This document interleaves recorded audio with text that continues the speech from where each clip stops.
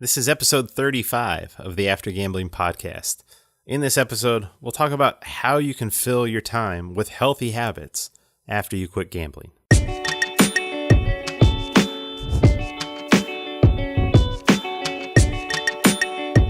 Hey everyone, and welcome to the After Gambling podcast. My name is Jamie. I am a compulsive gambler, and I'm also the host of this show. The last time I gambled was July 15th of 2010. So today we're going to dive into a topic that I think anyone that's been into recovery has gone through at some point, and that's trying to figure out how they're going to fill the time that they spent in their addiction. And for us as gamblers, this is especially important because we often spent hours, if not days and weeks, gambling. It was probably outside of work the number one thing that we spent our time on in addition to our money. And so when we stop, there's that huge void of time that we have to fill. And I think these are the times when we get into the most trouble is if left to our own devices, we're going to sit isolated away from people, away from things, and we don't get involved in new things. And that isolation only leads to relapse. And I think that's one of the times when it's the most tough is when we're just kind of sitting there with our own thoughts. And that's when the urges, the thoughts start to really pop in. Because I think if you think back, the times when you're busy, obviously at work, your mind can wander and you want to go to gambling, but maybe you're stuck there, so you can't, physically can't.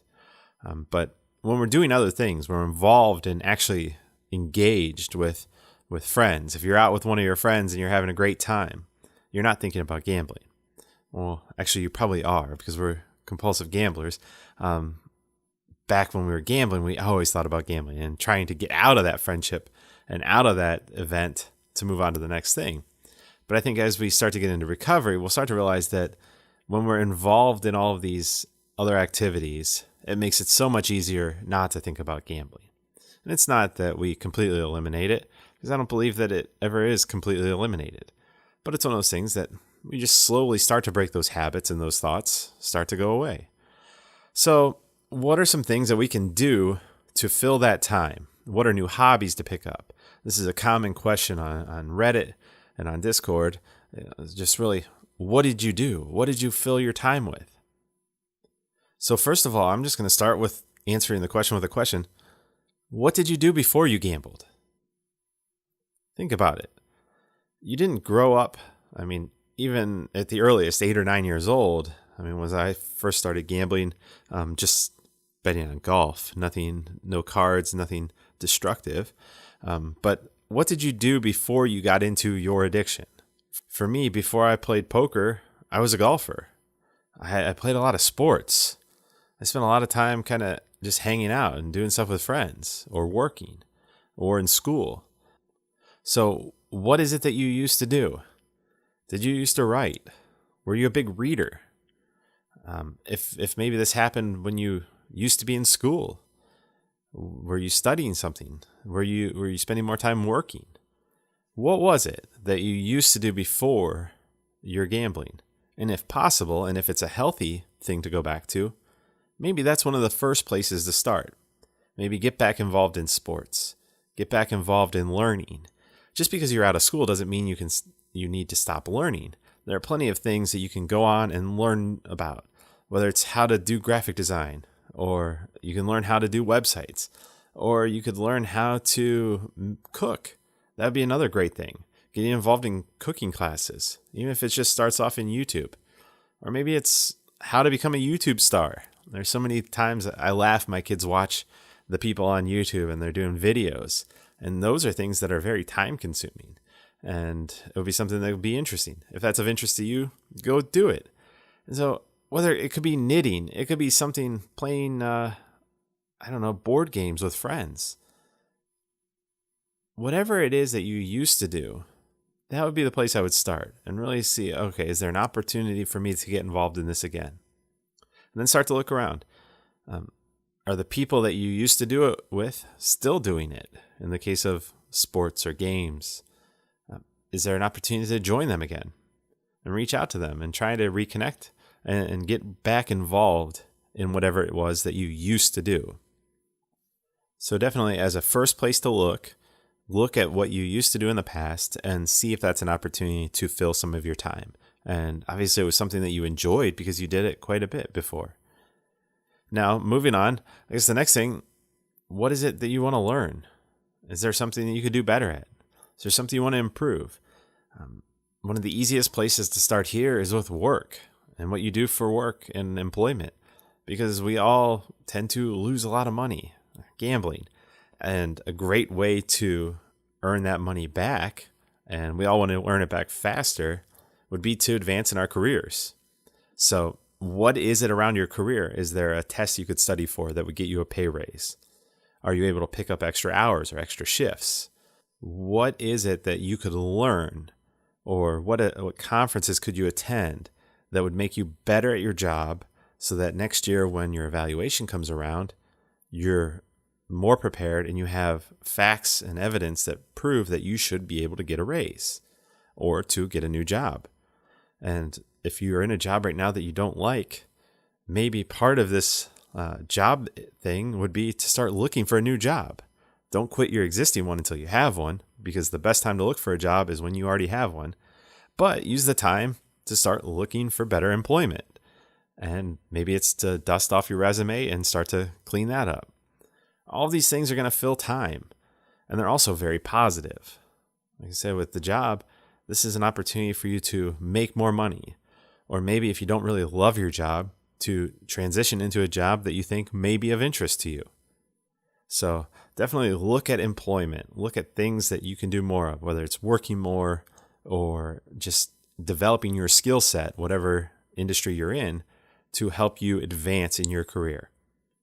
So we've touched on hobbies, we've touched on work. The third thing we want to touch on is just exercise. And obviously this could have been part of the first one with past hobbies, but working out and exercising is a great stress reliever. It's a great deterrent or something that combats depression. You'll start to feel healthy. Eating healthier is something that definitely helps. This is something that I go in and out of quite frequently. I'd like to really kind of commit to, and maybe I'll use this as my chance to commit to it again, that I really want to start getting back into working out. And so when I finish this podcast, I'm actually going to go hit the elliptical. You can reach out and hold me to it, but I'll post a picture somewhere to kind of show that, yes, I actually did it. But yeah, working out it's a great thing. And I think we all want to be healthier. And I mean, let's face it, at the end of the day, all we have is our health. If we don't have our health, then the alternative is not so bright and cheery. So working out is something that takes quite a bit of time, whether it's lifting or doing a yoga class or going on walks. I absolutely love going on long walks through the forest. We have some great trails and parks around me. And so I'll go out. If I had the opportunity, I would go out for 2 and 3 hour walks each day. Now, that's not realistic with my schedule, but doing a walk every now and then is a great thing. It's a great way to spend some time. I throw on podcasts, I throw on audiobooks, or sometimes I just walk in silence. And it's just a nice activity to get away from the stress and kind of the hustle and bustle of everyday life. So if there's any type of exercise that you can do, or even if it's just the cooking better or eating healthier, I think these are great things. What we put into our body, we get out of our body. And I think we're starting to realize that a lot of our thoughts, our depression, our anxiety comes from some of our diet as well. And because some of those things inadvertently add up to the thoughts of, hey, man, I wish I could lose a few pounds. That just wears on us, just like hey, I wish I could quit gambling. So focusing on health, I think, is a definite great place to look when you're looking for things to fill some time after you quit gambling. So now we have hobbies, we have work, we have exercise. And the fourth one I want to bring up, and this is probably one of the most important ones, is friends or family. Reconnecting with friends and family. Because when we gambled, these are the people that often got the short end of the stick. We didn't spend that time. Like I said earlier, even when we were with them, we didn't spend quality time with our friends and our family because they got in the way. And we just wanted to steamroll through them so we could get to our time that we could go gamble, to our us time. And I think reconnecting with those people, and some of them are going to be very hurt because we weren't great to them. And so it may take time to develop those relationships again. But start small. Reach out. Say, hey, you want to go out and grab a cup of coffee? Or if there's something you used to do, say, hey, we haven't done that in a while. Would you like to reconnect? And obviously, this is going to open you up to vulnerability. They could say no. They could still be mad. And if they are, then it's something we just have to understand. But there's also a good chance that they're going to say, yeah, you know what? I really enjoyed that. And so let's try it. And I think reconnecting with people, I said it's very important because I think the isolation of gambling is one of the most destructive parts of gambling, is that it puts us in a place where we are isolated away. And so in order to get away from that, and as you know, Johann Hari talks about this with all addictions, that the opposite of addiction is connection.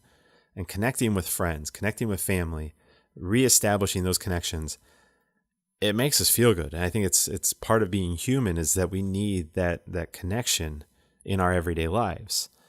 That's why I just really think that connecting it's fourth on the list, but it's probably one of the most important things. I put it fourth because the other things I think are things that we can do on our own. This one definitely, like I said, it requires other people. It requires vulnerability. It requires kind of us taking a chance. So it's a little bit more difficult, but I think it's crucial. I think it's at some point, continue to push yourselves and even look for connections, new connections. One of those is GA. And I've often said at first I didn't really love going to GA. Now I really enjoy it. We didn't have a meeting a week ago because of the holiday here in the United States. And so it was really nice to get back to a meeting. And I enjoy it. Like I said, we laugh. Oftentimes our meeting, we start and everybody's just laughing about just different things. We have kind of a unique, wild group, but we're all very close. And so those are new connections that I've made in recovery. And so with GA, that's one way. The kids also just started at school, so there's the Parent-Teacher Association, which I would never really have thought of volunteering for. But I was thinking the other day, it's probably a good thing. When there's opportunities to volunteer, go. I'm not saying I'm going to make lifelong friends, but I might. But also, it's just that pushing ourselves out of the boundaries. My default is always to say, no, I'm too busy. I can't do that. I have my own things I have to do. And I really kind of revert to being that introvert or focused on me. But part of developing me is to go out and to develop some new connections, or even just being around people. Working at the coffee shop every now and then feels good just because I'm surrounded by people. And I think this is something that, like I say, that isolation becomes so much a part of us. We have to have the isolation in order to continue our addiction. So when we get away from that, we still continue to isolate, and it's something that's not healthy. So that's why a lot of these things you see kind of focus on getting us back connected. So yeah, find new friends, new places, new things you can do, even going back to the work. Example, if people eat lunch in the office, or if they go out to eat, or if they go out after work, or if there's a softball league or a soccer league or whatever it is connected with work, do those. Even if it's not something you think you are going to enjoy, do it. And then you can always decide, hey, this isn't something for me later on.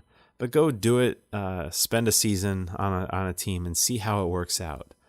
Because a lot of times I think these new experiences are really, really positive. And like I say, there's some things that whatever our gut feeling is, hey, I shouldn't do this because I have all these other things to do. When you get that feeling, that I now use as a signal that says, okay, I don't want to do this, so it's probably something I should do. So keep that in mind when you're looking for new things. So there are 4 kind of big picture things with a lot of little things sprinkled in that you can do to help fill the time of recovery.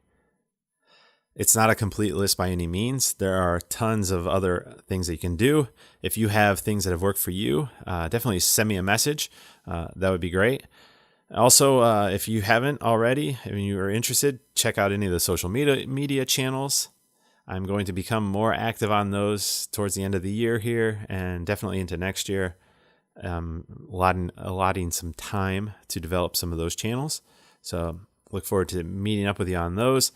Shoot me an email, jamie@aftergambling.com. I reply to all emails. I reply to all messages. I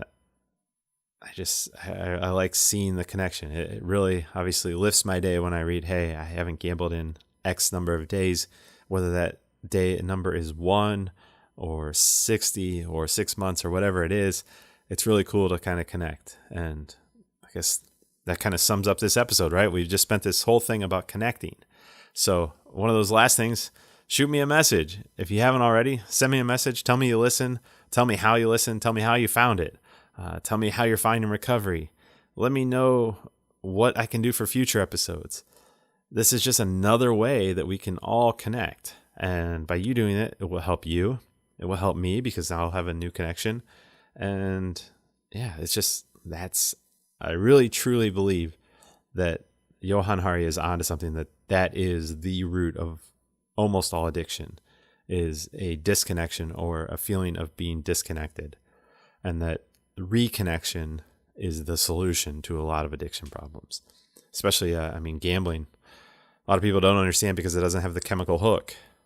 But I think when you start looking at some of these the psychology behind it and the mental thoughts, it makes a lot of sense. So hopefully this helps you out. I know this is a topic that comes up often. Reach out to me, like I said, do these things. Let me know how they're going for you. Let me know if you try something new. And finally, if you haven't already, it'd be awesome wherever you listen to the podcast, if there's an opportunity to subscribe, do that. That helps. And then also, if you can leave a review, that would be awesome. I really appreciate the reviews that we've had. It's great. And the more reviews we get, the more likely iTunes and the other podcast directories are to raise us in the rankings so other people find it. So I appreciate those. Then, as always, remember, I am not a doctor, I'm not an attorney, I'm not a therapist. Please seek out the help of a professional. This is a serious condition, and you deserve to have the best treatment and suggestions and advice possible for your unique situation. And finally, music for the show is Something Elated by Broke for Free and is licensed under the Creative Commons license. I look forward to seeing you in the next episode.